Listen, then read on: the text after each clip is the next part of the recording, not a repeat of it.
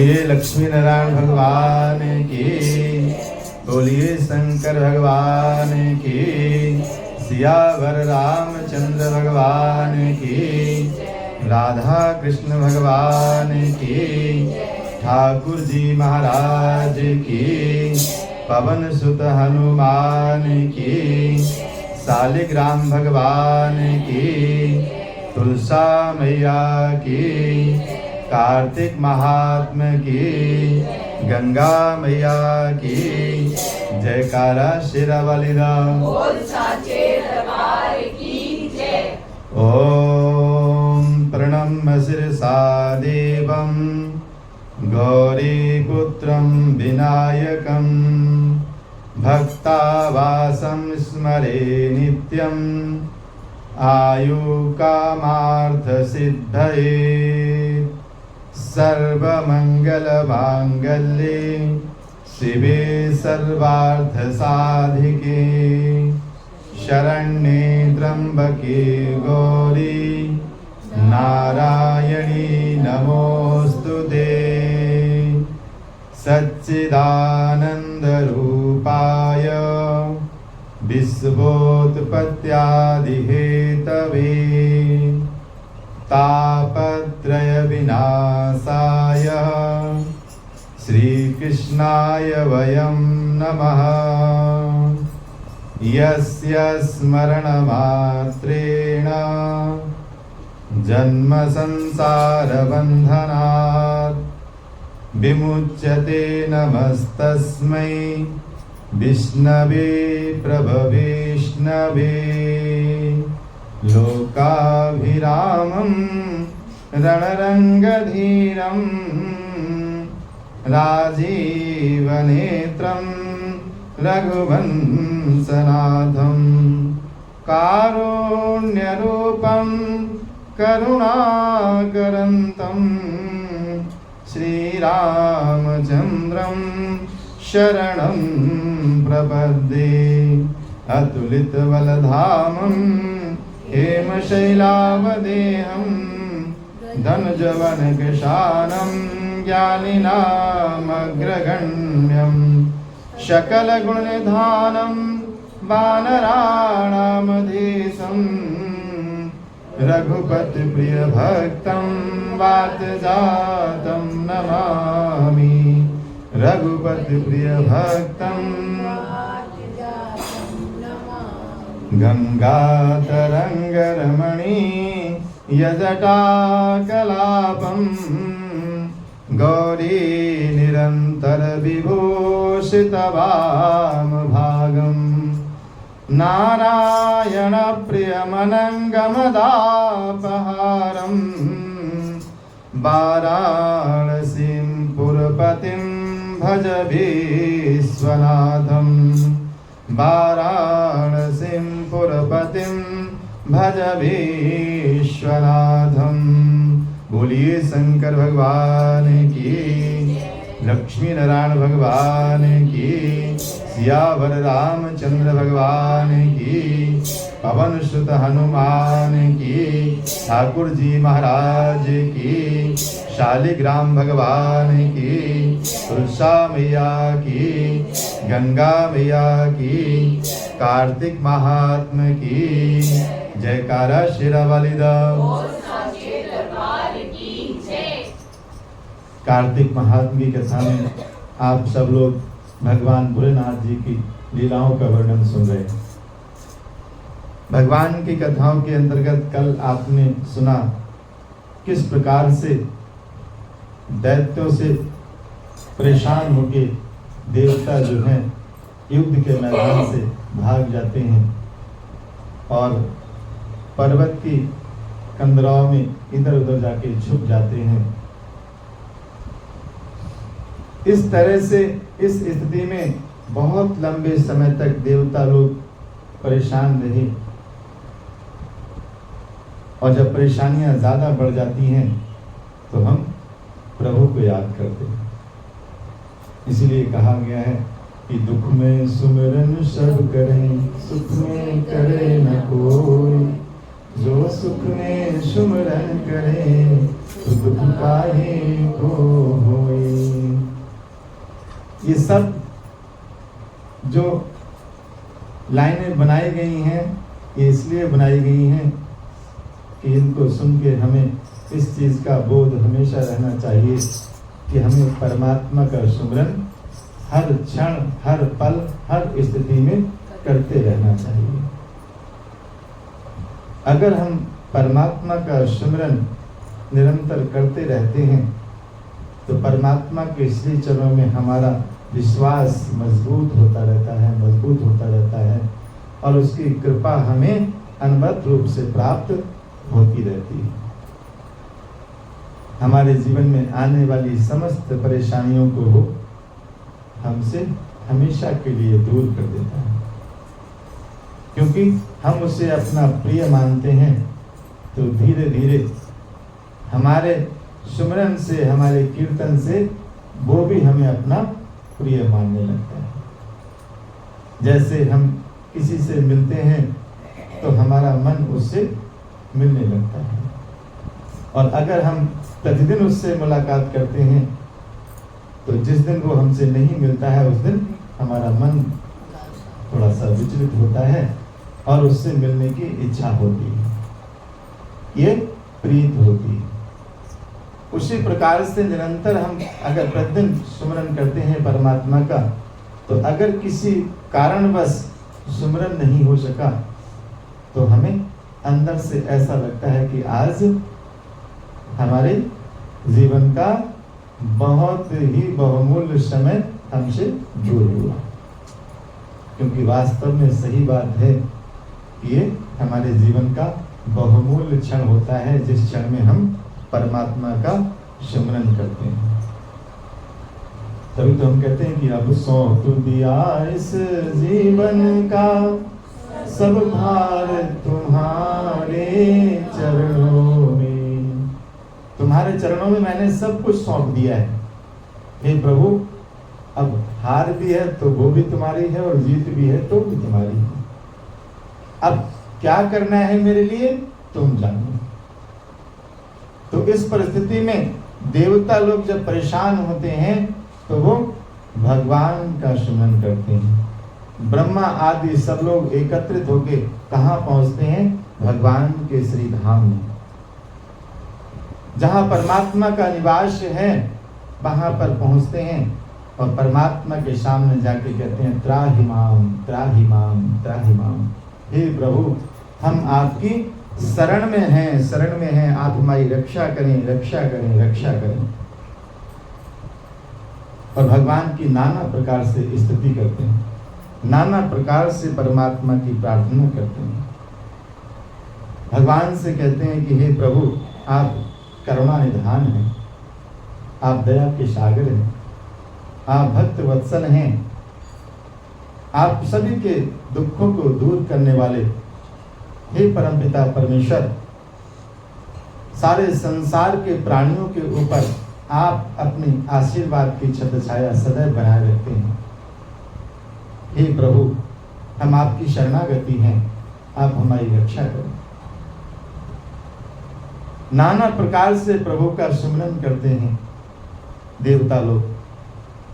जब पूजा प्रार्थना उनकी परमात्मा सुनते हैं तो परमात्मा का नया नाम है, उनको कहते हैं भक्त वत्सल, यानी भक्तों ने अगर उनको बुलाया तो तुरंत हाजिर होते हैं। जिसने भी श्रद्धा भाव से भगवान का सुमिरन किया है, परमात्मा ने उसकी प्रार्थना अवश्य स्वीकार की है। इसीलिए आज तक हम लोग भगवान की लीलाओं का गुणगान करते हैं। माता जी ने अभी भजन जो सुनाया, भाव विभोर करने वाला, कि भाई मेरी तो मजबूरी है, लेकिन तुम्हारी क्या मजबूरी है? मेरी तो मजबूरी है कि मेरे पंख नहीं है, और लग जाते तो उड़ जाती, लेकिन तुम्हारी क्या मजबूरी है? तुम तो आ सकती हो। तो ये भाव है कि मेरे पास तो संसाधन नहीं है, आपके पास गाड़ी है तो आप मेरे घर आ जाओ, या फिर मुझे गाड़ी प्रदान कर दो, पंख लगा लो, मैं चली जाती हूँ। तो भगवान जी, जो लोग साधक होते हैं, जो लोग उनके पास सिद्धियां होती हैं और वो भगवान की अनवरत रूप से साधना करके सिद्धि प्राप्त करते हैं और उस सिद्धि के माध्यम से वो उड़ जाते हैं। पहले की ऋषि महात्मा सिद्धि प्राप्त करके सशरीर सीधे भगवान के पास पहुंचते थे और भगवान से बात कर लेते थे। तो ये क्या था? ये उन्होंने हजारों साल साधना करने के उपरांत वो सिद्धि प्राप्त की। तो भगवान से अगर हम प्रार्थना करते हैं, भगवान की पूजा करते हैं, तो परमात्मा हमें वो सब भी प्रदान कर देंगे, हमें पंख लगा देंगे वो। लेकिन पंख लगाने वाली साधना होनी चाहिए। सशरीर उड़ने की शक्ति हमारे ऋषि महात्माओं में थी और उन्होंने वो सिद्धि प्राप्त की थी। तो हम भगवान से ये प्रार्थना करें कि प्रभु, इतनी सिद्धि करने लायक तो हम नहीं हैं, क्योंकि हम घर गृहस्थी वाले आदमी हैं, सुबह उठते हैं, घर के काम भी करने पड़ते हैं। तो बस इतनी कृपा करो कि हम आपका सुमिरन करते रहें, जिससे हमारा कल्याण हो सके। तो कहते हैं देवताओं ने भगवान के आर्त भाव से प्रार्थना की और उनकी प्रार्थना पे परमात्मा रीझ गए। कहते दीनाथ का नाम दया निधि है, तो दया भी करेंगे कभी न कभी। दुखियार्थ हरि इस दुनिया में, दुख क्लेश हरेंगे कभी न कभी। दुख क्लेश हरेंगे कभी न कभी। ये जो भाव है, ये कहता है कि हमारा परमात्मा के श्री चरणों में इतना अटल विश्वास होना चाहिए कि हमें ये अच्छे से अंदर से महसूस होना चाहिए कि जो भी हमारे सामने परिस्थितियां हैं वो सदा नहीं रहेंगी। एक दिन ऐसा आएगा कि परमात्मा उन्हें दूर करेंगे। अगर इतना अटल विश्वास हमारे हृदय में है तो ये यथार्थ है कि परमात्मा यथाशीघ्र वो संकट हमारे दूर करते हैं और आज तक करते आए हैं। हमारा विश्वास जितना मजबूत होता है, प्रभु की कृपा उतनी मजबूती से ही हमें प्राप्त होती है। देवताओं की प्रार्थना सुन के परमात्मा श्री लक्ष्मी नारायण जी देवताओं से कहते हैं कि हे देवताओं, मैं तुम्हारी प्रार्थना से प्रसन्न हूं और तुम्हारे संकट को भी जानता हूं। तुम चिंता ना करो, मैं तुम्हारे इस संकट को यथाशीघ्र दूर करूंगा। मैं जानता हूं कि तुम जालंधर के भय से भयभीत होकर यहां पर आए हो और मैं तुम्हें वचन देता हूं कि मैं तुम्हारे साथ युद्ध करने के लिए चलूंगा और जालंधर को युद्ध में मैं देखूंगा। भगवान ने अपने मुख से ये नहीं कहा कि मैं जालंधर को युद्ध में मारूंगा। उन्होंने कहा मैं युद्ध में चलूंगा और मैं जालंधर को देखूंगा। कहते ना कि हम तुम्हें देख लेंगे, तो देखने का भाव भी थोड़ा वही होता है, लेकिन भगवान ने ये नहीं कहा कि मैं उसका वध करूंगा या मैं उसे मारूंगा। ऐसा कह के भगवान जो है गरुड़ पे सवार होकर देवताओं के साथ युद्ध करने के लिए चलने के लिए तत्पर हो जाते हैं। और जैसे ही यह समाचार माता भगवती लक्ष्मी को प्राप्त होता है तो बड़ी दुखी हो जाती हैं और भगवान के सामने हाथ जोड़ के खड़ी हो जाती हैं और उनसे कहती हैं कि हे प्रभु, ये आप क्या कर रहे हैं? आप जालंधर को नहीं मारेंगे, वो मेरा भाई है, तो ऐसा नहीं हो सकता कि आप मेरे भाई का ही वध कर दें। भगवान ने माता भगवती को वचन दिया कि आप निश्चिंत रहिए, मैं जालंधर का वध नहीं करूंगा, लेकिन ये देवता लोग मेरी स्तुति करने आए हैं इन्होंने मुझसे प्रार्थना की है, इसलिए इनके साथ जाके युद्ध तो करना ही पड़ेगा।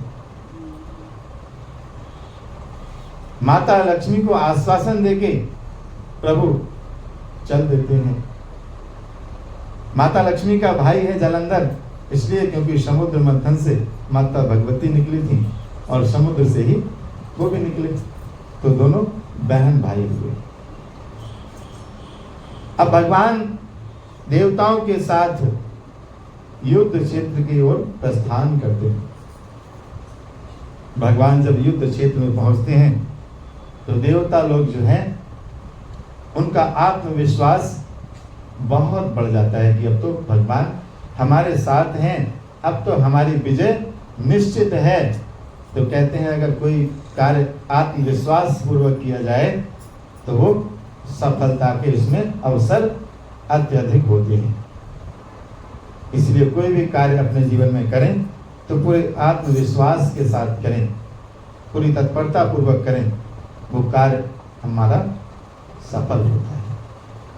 देवता लोग अति आत्मविश्वास से भर के युद्ध क्षेत्र में पहुंचते हैं और युद्ध करने लगते हैं। भगवान भी गरुड़ पे सवार होकर युद्ध क्षेत्र में पहुंचते हैं। गरुड़ की घोर गर्जना होती है। गरुड़ के पंख इतने विशाल हैं कि जब वो पंख हिलाता है तो उसकी हवा से कितने राक्षस उड़ जाते हैं। भगवान की शक्ति, भगवान की कृपा और देवताओं का अति आत्मविश्वास इतना हुआ कि राक्षसों के जो समूह थे उसमें हलचल मच गई। सभी राक्षस जो है इधर उधर भागने लगे, भयभीत होने लगे। जालंधर ये दशा देख के बड़ा विचलित हुआ।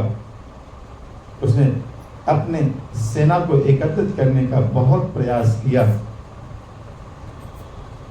जब उसे लगा कि अब ये सेना इधर उधर भागती रहेगी तो खुद युद्ध क्षेत्र में आके भगवान श्री लक्ष्मी नारायण से युद्ध करने लगता है और उनके सामने खड़ा होकर क्रोधवश भगवान को बहुत सारे अप्रिय वचन बोलता है।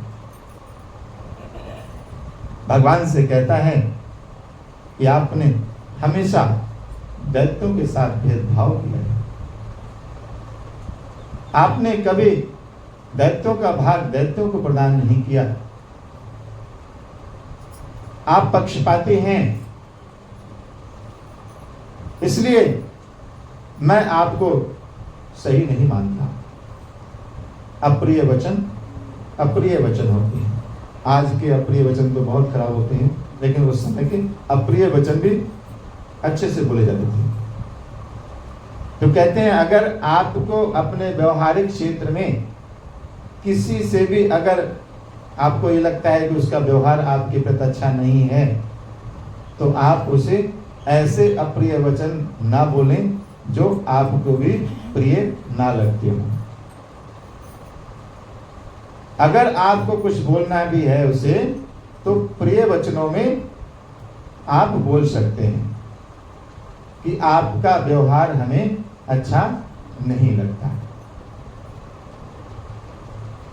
आपने जो उनसे कहा वो कह दिया, लेकिन आपके वचन बहुत अच्छे थे।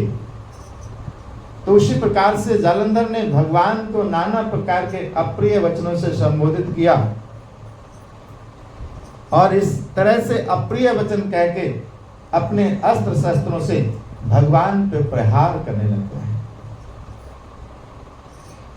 उसके अस्त्र शस्त्रों का प्रहार भगवान के ऊपर निष्प्रभावी होता है। भगवान के ऊपर उसके अस्त्र शस्त्र बिल्कुल भी काम नहीं करते। भगवान श्री नारायण भी अपने अस्त्र शस्त्रों का प्रयोग करते हैं, क्योंकि देवताओं को वचन देके आए थे, लेकिन वो ऐसे अस्त्र शस्त्रों का प्रयोग करते हैं जिनसे जालंधर को ज्यादा आघात ना पहुंचे। क्यों? क्योंकि भगवान तो इस चीज को जानते थे कि ये मेरे देवादिदेव महादेव जो मेरे आराध्य इष्ट हैं उन्हीं का अंश है, अगर मैंने कोई ऐसा कार्य किया तो ये अपराध बोध होगा, इसलिए देवताओं के कार्य को करने के लिए मुझे कुछ तो प्रयत्न करना होगा। ऐसा सोच के भगवान जालंधर से युद्ध करते हैं और युद्ध करते करते काफी समय व्यतीत हो जाता है। इतना समय व्यतीत हो जाता है कि वर्षा ऋतु आ जाती है। कहते हैं वर्षा ऋतु आ जाती है, जब बारिश होने लगती है तो जो भी हम काम करते हैं वो हमें रोकना पड़ता है। तो जब वर्षा ऋतु आ गई, बरसात होने लगी, तो भगवान ने युद्ध बंद कर दिया और देवताओं से कहा कि अब जब बारिश रुकेगी तब फिर से युद्ध होगा। बोलिए लक्ष्मी नारायण भगवान की, बोलिए शंकर भगवान की, बोल सियावर रामचंद्र भगवान की, बोलिए ठाकुर जी महाराज की, पवन सुत हनुमान की, तुलसा मैया की, गंगा मैया की, कार्तिक महात्मा की, जयकारा शेरा वाली दा बोल साचे दरबार की जय।